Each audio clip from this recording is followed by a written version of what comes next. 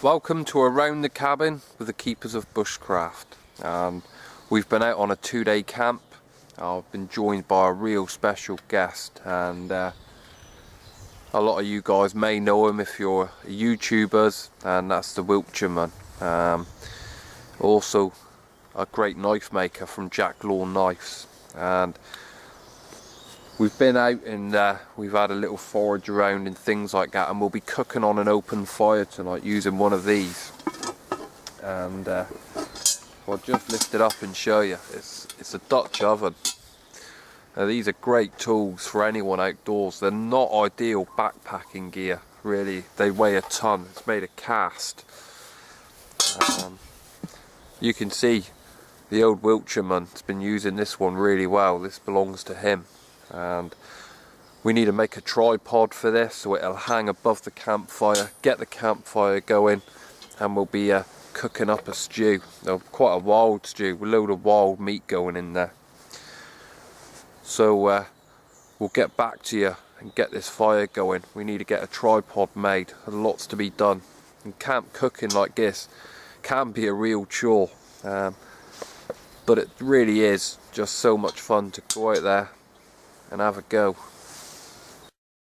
Making an old tripod, don't be too fussy with your sticks. Try and get forked ones if you can, and green living sticks. Make sure they're quite solid to take it as a support. You just need to clean them off using a good knife like this.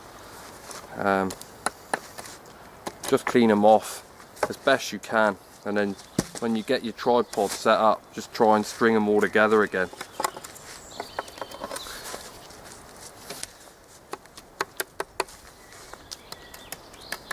You can see that I've deliberately on these left these on so I can entangle them up the top, just to hold and support a lot better.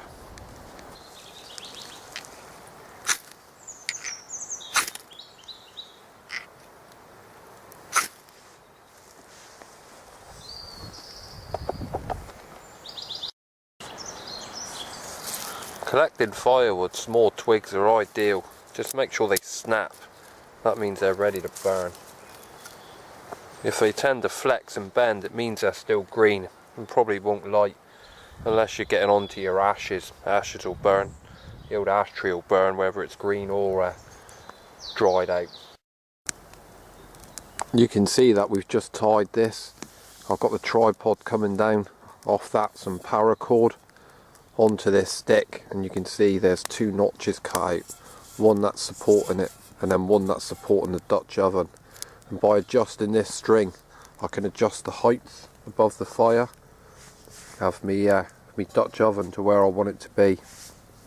Go on, cup of coffee. I'll have a lovely cup of coffee, mate. I'm actually filming for Around the Cabin here, Sandy. You filming now, are you? I'm filming now, mate. The fire's going. I'll make you a nice cup of coffee. Are you cooking dinner tonight then, are you? No. Hey? I thought as a very special guest of mine, mate, and a special guest on Around the Cabin, you could cook our tea.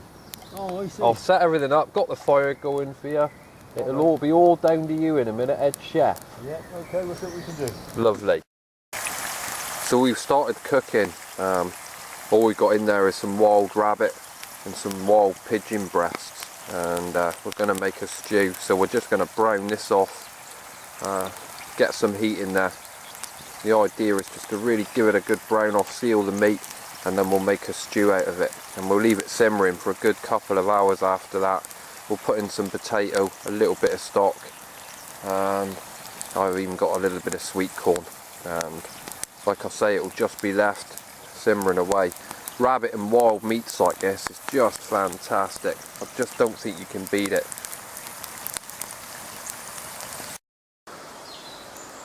And there's old Sandy there from Jack Law Knives in these. Currently, we're getting smoked out.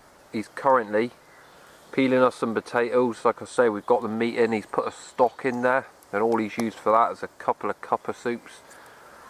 And I reckon it'd be beautiful. It'd be lovely dinner. But you've got to wait, put the lid on, and let it simmer 2 or 3 hours.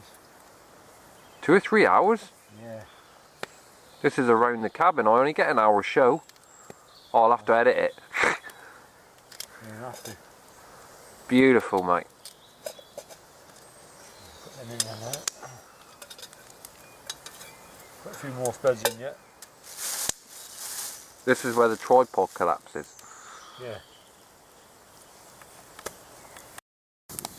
So this is it up close, guys. We've got wild rabbit, wild pigeon, sweet corn, potatoes, a nice stock in there, and some wild garlic, which I've just put in there. I love the old wild garlic, the flower heads, everything. It will taste absolutely fantastic. Well, our stew, guys, is nearly done. We've just added some rice to thicken it right up. Yeah, beautiful. And what do you reckon, Sandy? I reckon that's just about done. Take him off now, let him cool down for 10 minutes, quarter of an hour, let it rest, and that's ready to eat. Yeah, it looks amazing, mate. So guys, we're gonna let this cool off and we'll plate it up, and I'll try and get you a shot of that. I say that rabbit is beautiful. Yeah, the rabbit is fantastic, and we're just munching away, guys. Wild rabbit, pigeon, and we've all done it. I'll just bring these little containers with me. They're ideal. You get them. They're just from Chinese shops. Little takeaways. They're just great for meals like this, cooked in a Dutch oven. We've got the old wild pigeon. A lot of people ask about pigeon. It's a big question. It's quite a dark meat, a real gamey flavoured taste. By far one of the best meats you'll ever eat.